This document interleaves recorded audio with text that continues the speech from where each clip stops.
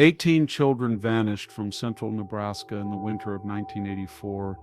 The search dogs refused to enter the tree line. The only evidence recovered was an empty wooden box, a burned pentagram drawn on an oak floorboard, and a front door swinging open in the November wind. Welcome back to the archives. Tonight we open the file of the Sullivan Farm enigma. There is a specific kind of silence that settles over the American Midwest just before a tornado. The wind stops entirely. The air grows so thick and wrong that breathing it feels like drinking something wet. The sky turns the color of a bruised plum.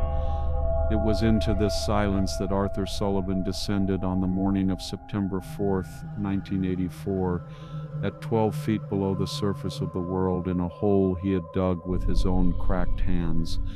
Arthur was 51, built for function without softness. He and his wife Sarah, 47, and their 19-year-old son Luke lived 40 miles from the nearest paved road in the featureless expanse of central Nebraska. The farm was failing. The bank circled with red-bordered letters.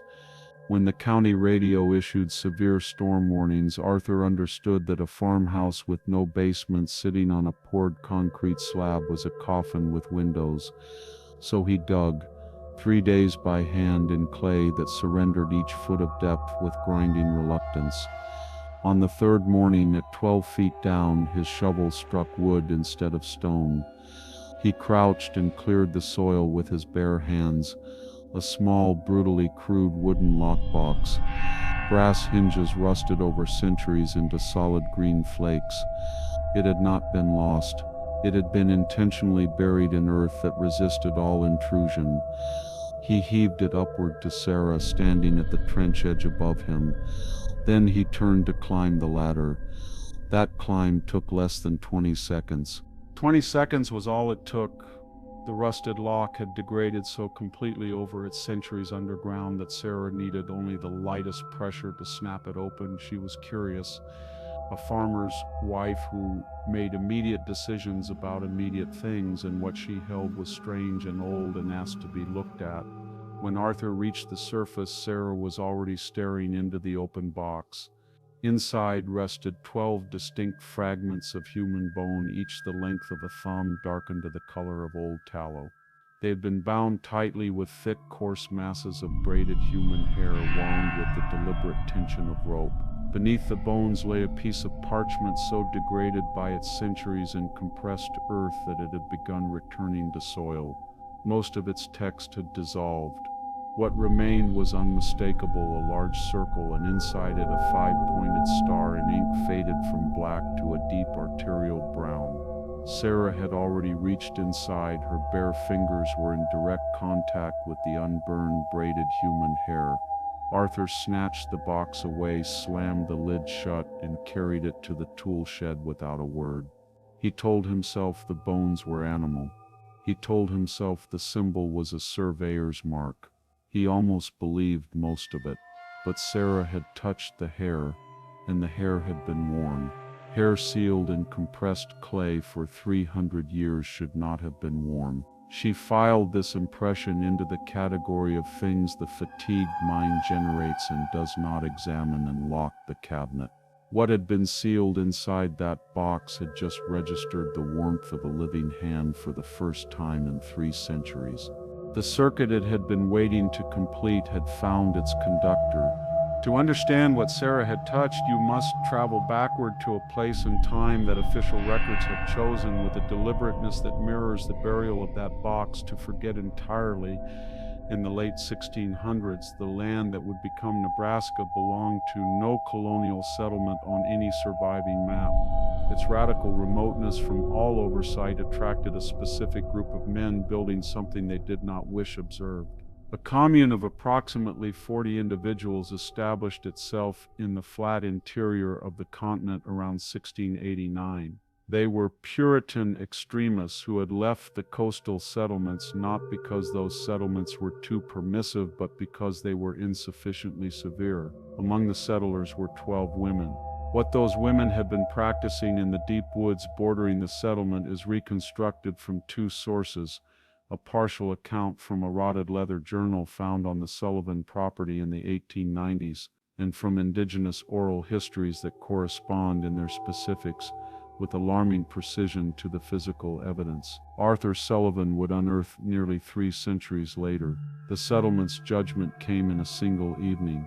The 12 women were taken by force to a clearing where 12 platforms had already been constructed, each built in the shape of a 5-pointed star inside a circle, fitted at the points with heavy iron spikes. The women were nailed through their hands and feet to those platforms in the posture the star required.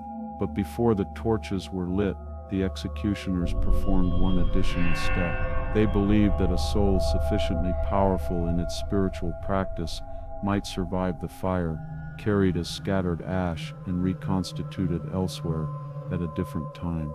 To prevent this, they needed an anchor, something physical connected to each woman's living body that had not itself been burned, something that buried beneath the pentagram seal would hold each soul trapped beneath the earth permanently. They chose hair, because hair does not burn cleanly. It chars and smolders and resists fire in a way that flesh does not.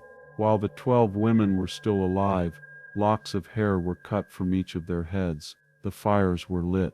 The women burned. The hair was not burned.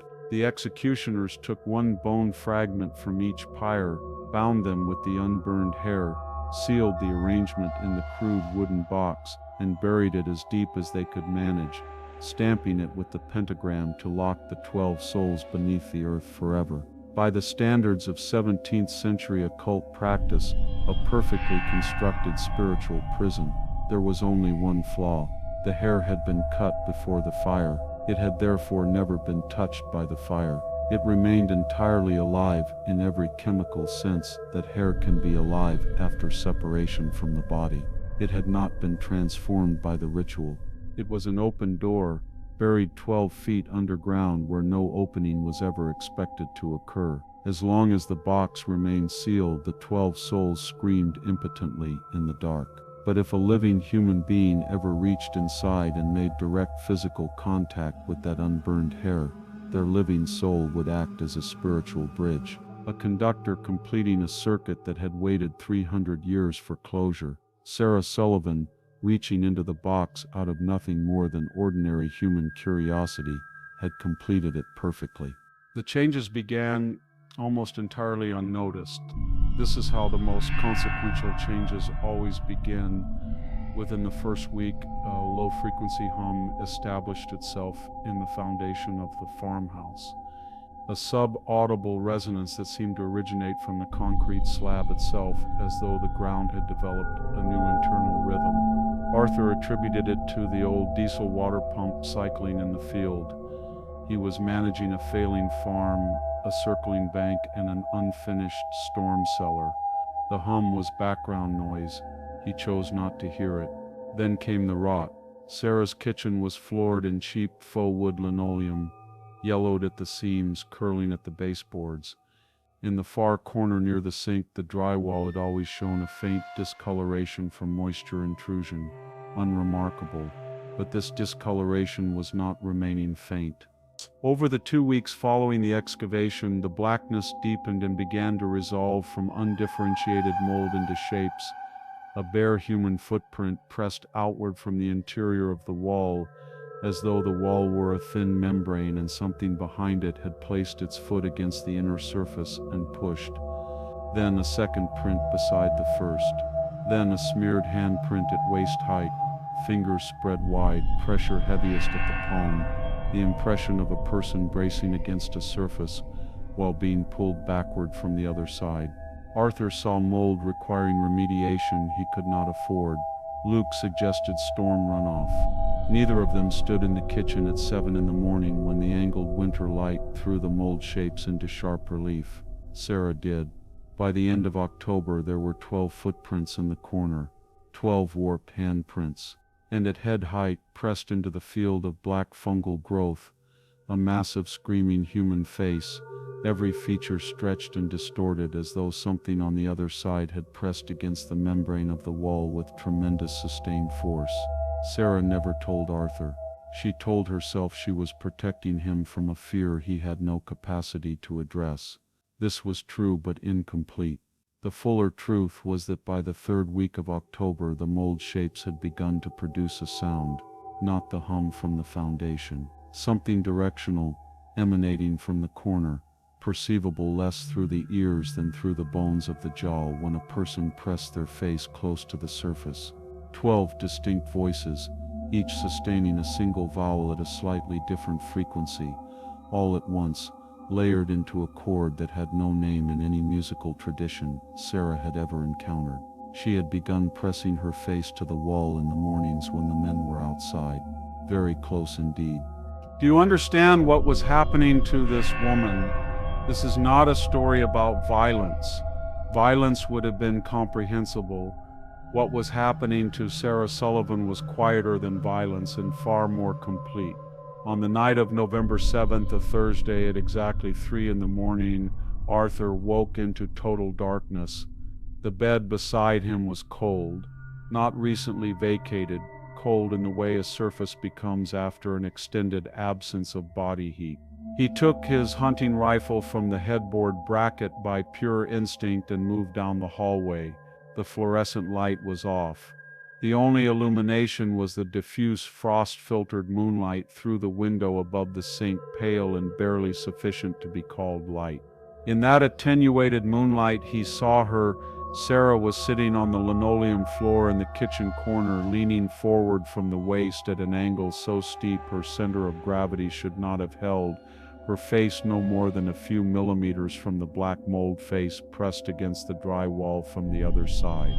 Her lips were moving in a rapid, barely audible stream, and the wall appeared to be responding.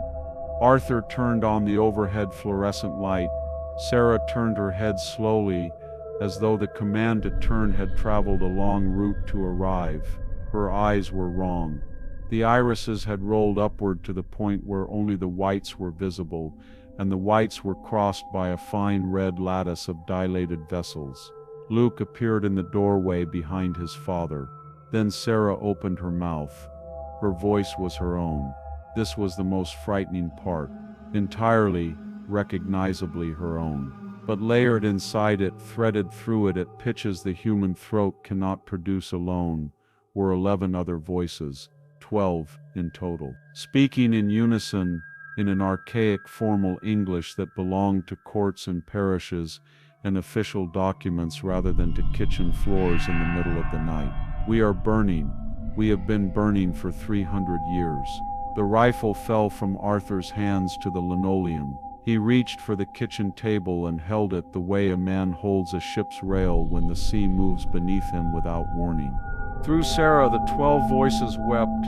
They called themselves healers, botanical practitioners, midwives carrying older knowledge that the settlement had depended upon until the arrival of men whose theology classified that knowledge as contamination. They told Arthur the executioners had not been righteous men protecting the community.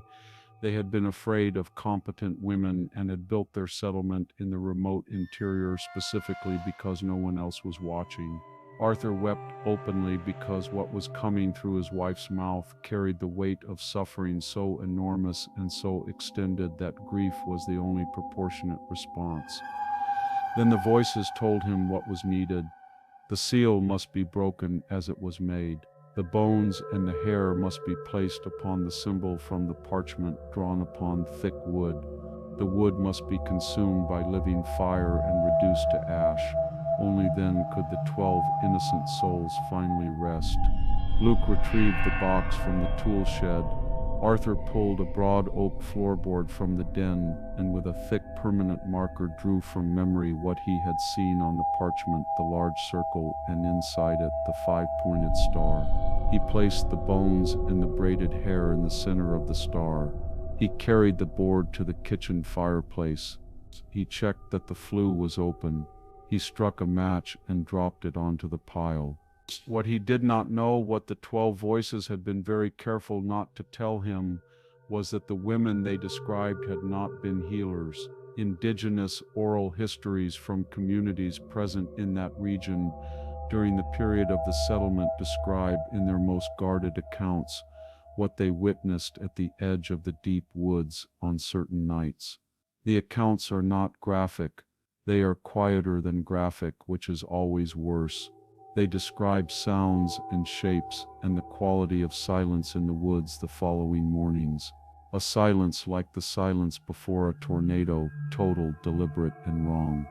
The executioners had built their prison for legitimate reasons and maintained it for 300 years. Arthur Sullivan had just willingly, carefully, and with a loving father's full sincerity, destroyed the only lock keeping it sealed. The fire did not catch like ordinary fire. It erupted upward in a pillar that reached the top of the fireplace cavity in the first fraction of a second, and the color was wrong. Not the incidental green fire sometimes produces when encountering certain minerals, a central predominant green that constituted the majority of the flame's visible spectrum, a shade that older traditions associated with things that have no place in a Nebraska kitchen in 1984. It filled the kitchen with a light that was profoundly and instinctively wrong. The smell arrived with the color. 300-year-old human hair burning in a sealed kitchen produces something the nose registers correctly, but the mind refuses to accept as accurately perceived. Luke, with the strong stomach of a boy raised where slaughter was a seasonal administrative task, vomited onto the linoleum. As the bone fragments split under the heat, each producing a small, sharp sound in rapid succession, as though containing a tiny trap pressure, the fire was sequentially releasing. Sarah convulsed on the floor. Not theatrical convulsions. The ugly, irregular convulsions of a body receiving contradictory commands from competing sources simultaneously, a body being contested. Arthur was beside her instantly, on his knees on the linoleum, holding her shoulders and calling her name in a voice stripped to its most essential frequency. Then it stopped. Sarah gasped a single enormous breath, the breath of someone surfacing from deep water. Her eyes cleared. The irises returned to their correct position and their correct warm brown. She looked at Arthur. She called his name. Her face was entirely, unmistakably hers again. In the fireplace, the last ember was dying. The bones were dust. The hair was nothing. The pentagram was ash. To Arthur Sullivan, kneeling on his kitchen floor at 4 a.m. with his wife in his arms, it looked exactly like salvation. He believed it because a father who has just watched his wife convulse on the kitchen floor will reach for any evidence of rescue within reach. The box was empty. The lock was gone. And 12 very old and very dangerous things were free for the first time in 300 years. There was no violent conclusion. When the final ember died, the farmhouse simply went quiet in a way that was not merely the absence of sound, but the presence of something that had arranged itself precisely where sound should be and displaced it entirely. The morning of November 8th was clear and cold.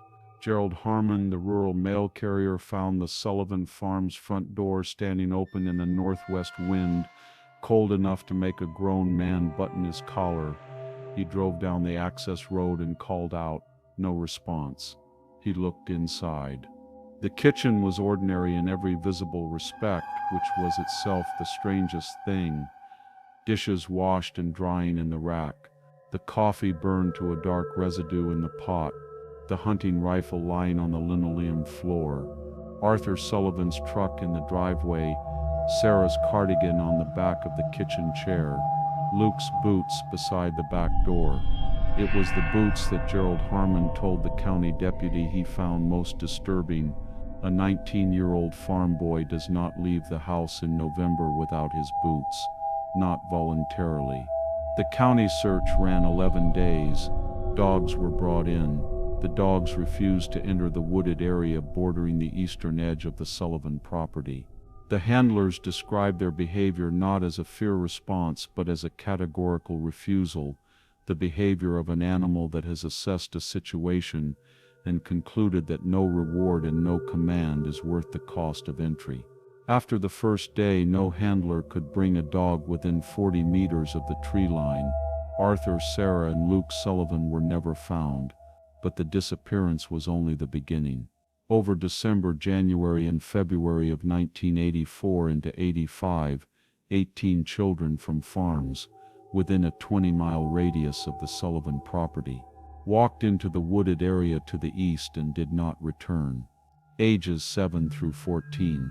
In each case, the disappearance was preceded by the child telling a parent or sibling that they had heard a voice from the trees.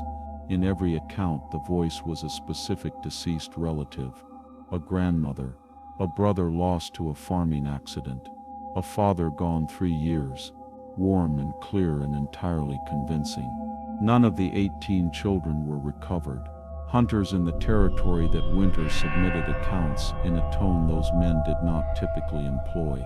Careful, sober, slightly embarrassed honesty. Steer standing upright on their hind legs in the brush, watching with the fixed assessment of a predator rather than the panicked gaze of prey. Voices from the dark fields calling farmers by name and the voices of their specifically dead. 3 paranormal investigators and 1 spiritual medium who visited the abandoned Sullivan farmhouse in the months following the disappearance were subsequently institutionalized in facilities across the region. The medium, a woman named Constance Farrow from Sioux Falls, South Dakota, produced before her admission a 47-page handwritten account that the receiving facility classified as a symptom document. The portions examined by the archivist responsible for this file contain, buried within the delusional architecture of a severely compromised mind, one claim consistent across every page, that the ground beneath the concrete slab of the Sullivan farmhouse is hollow, and that the hollow is occupied. The Sullivan farm was never sold, it was never demolished. The concrete slab remains. The tree line to the east stands exactly where it has always stood, looking from the road, like nothing at all. We found this file in the Society's restricted archive in a steel cabinet locked not with a key, but with a welded plate. The plate had been partially cut through with a grinder, not recently, and then stopped, as though whoever was cutting had found something midway through that changed their mind entirely. We do not know who cut it. We do not know what they found before they stopped. We know only this: the box is empty, the lid is off, and somewhere in the cold, flat expanse of central Nebraska, moving through the cornfields and the tree lines and the back roads that no longer appear on current maps, 12 distinct entities walk in shapes borrowed from the recently dead, calling the living by name in voices the living recognize. And the living, God help them, keep answering.